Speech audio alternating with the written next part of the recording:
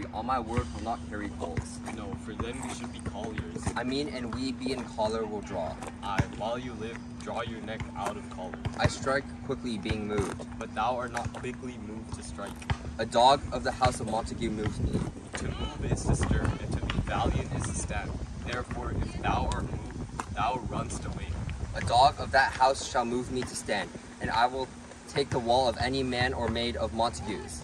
That shows thee a weak slave, for the weakest goes to the wall. 'Tis true, and therefore women, being the weaker vessels, are ever thrust to the wall. Therefore I will push Montague's men from the wall and thrust his maids to the wall. The quarrel is between our masters and us their men. 'Tis all one. I will show myself a tyrant, and when I have fought with the men, I will be civil with the maids. I will cut off their heads. The heads of the maids? Ay, the heads of the maids or their handmaidens. Take it in what sense thou wilt. They must take it in sense that feel it. Me they shall feel while I am able to stand, and 'tis known I am a pretty piece of flesh. 'Tis well thou art not fish. If thou hadst been poor John. Draw thy tool. Here comes the house of the Montagues. My naked weapon is out. Coral, I will back thee. How? Turn thy back and run? Fear me not. No, Mary, I fear thee. Let us take the law of our sides. Let them begin. I will frown as I pass by, and let them take it as they list. Nay, as they dare, I will bite my thumb at them, which is a disgrace to them if they bear it. Do you bite your thumb at us, sir? I do bite my thumb, sir. Do you bite your thumb at us, sir? Is the law of our side if I say A? No. No, sir, I do not bite my thumb at you, sir, but I bite my thumb, sir. Do you quarrel, sir? But if Quarrel, you sir? No, sir. But if you do, sir, I am for you. I serve as a good man as you. No better. Well, sir.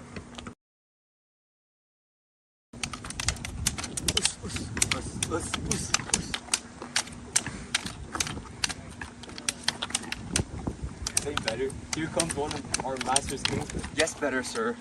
Lie. Draw if you be men. Gregory, remember thy washing blow. Part fools! Put up your swords. You know now what you do. Turn art thou drawn among these heartless hinds. Turn thee, Benvolio, look upon thy death. I do, but keep the peace. Put up thy sword, or manage it. Support these men with me. What drawn and talk of peace? I hate the word, as I hate hell. All Montagues and thee, have at thee, coward.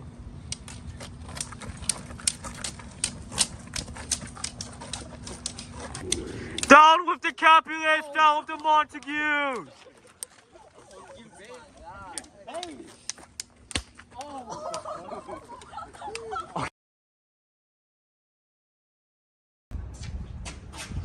What noise is this? Give me my long sword, ho! A crutch, who I call you for a sword. Thou villain Capulet, hold me not, let me go. Thou shalt not stir 1 foot to seek a foe. Rebellious subjects, enemies to peace, profaners of this neighbor's stained steel.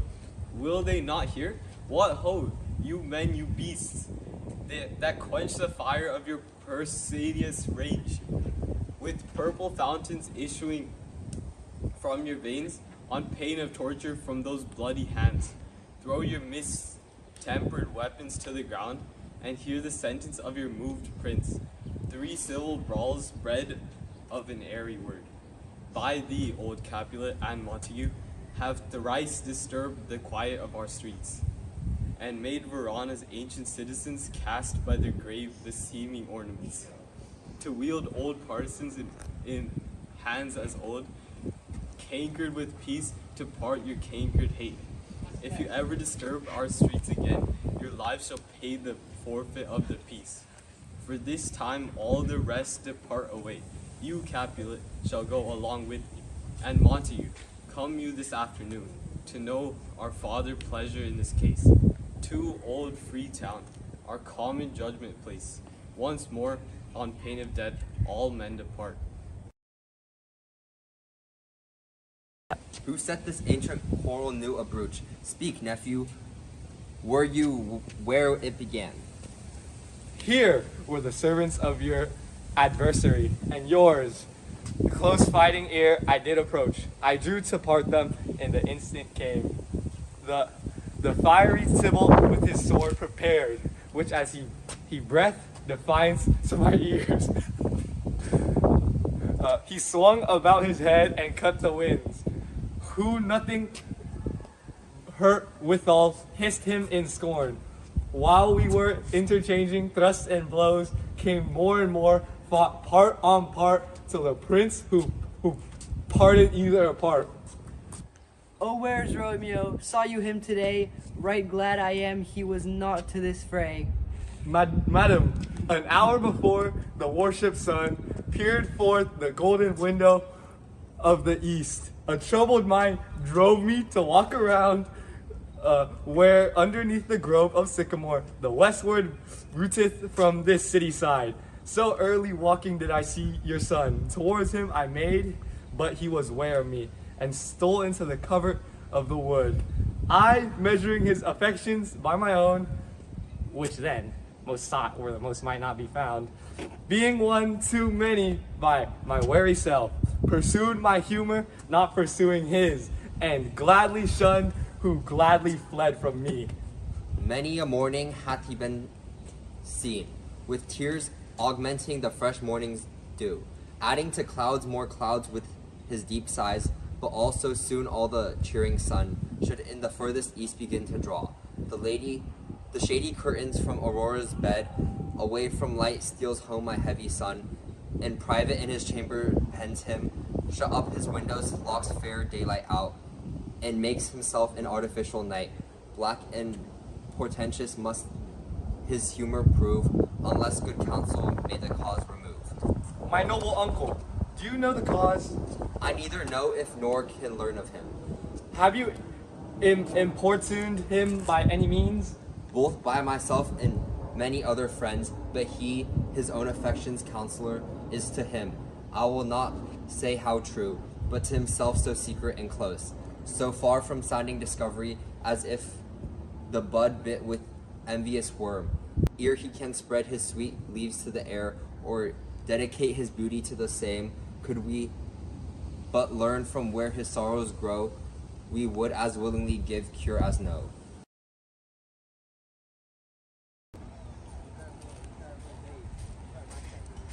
Good morrow, cousin. Is the day so young? But new struck nine. Sit down.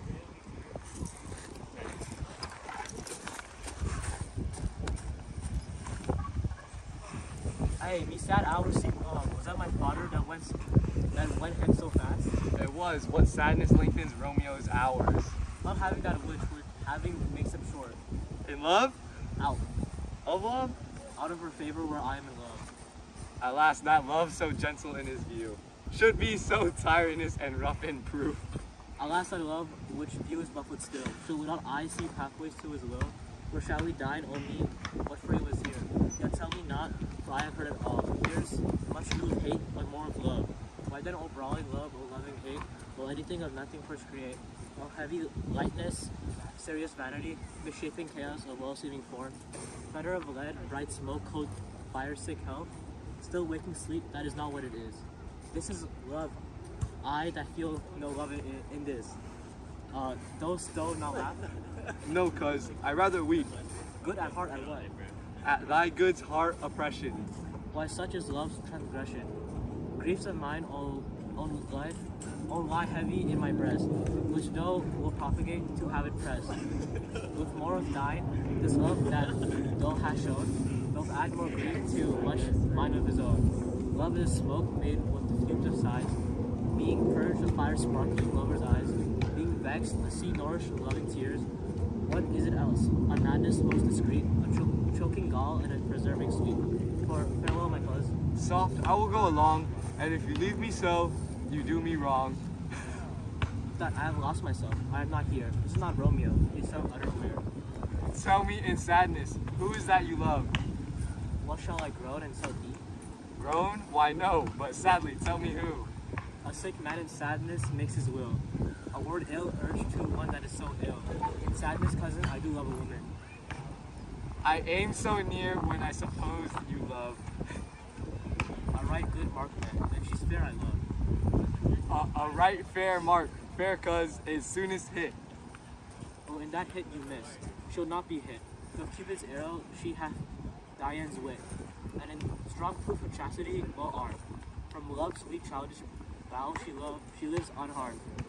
She will not stay the siege of loving terms, nor bid the encounter of assailing eyes, nor ope her lap to saint seducing gold.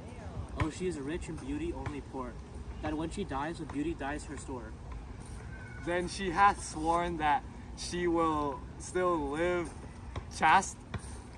She hath, and that sparkling makes huge waves. For beauty, startled with severity, cuts beauty off from all posterity. She is too fair, too wise, wisely too fair, to mirror bliss by making me despair. She hath forsworn to love, and in that vow do I live dead, and live to tell it now. Be ruled by me, forget to think of her. Oh, teach me, I shall forget to think. By giving liberty unto thine eyes, examine other beauties. This the way, to call it exquisite, and question more. These happy masks that kiss fair ladies' brows. Being black puts us in mind, they hide the fair. He that is struck and blind cannot forget. The precious treasures of his eyes are lost. Show me a mistress that is passing fair. But though for beauty serve but as a note, where I may read who passed the passing fair. Farewell, those could not teach me to forget. I'll pay that doctrine or else die in death. You, hands down, there will never be another one. I've been around and I never seen another one. Because your style ain't really got nothing on. And you out when you ain't got nothing on. Baby, you the whole package, plus you pay your taxes. And you keep it real while the mothers stay plastic. You're my Wonder Woman, call me Mr. Fantastic.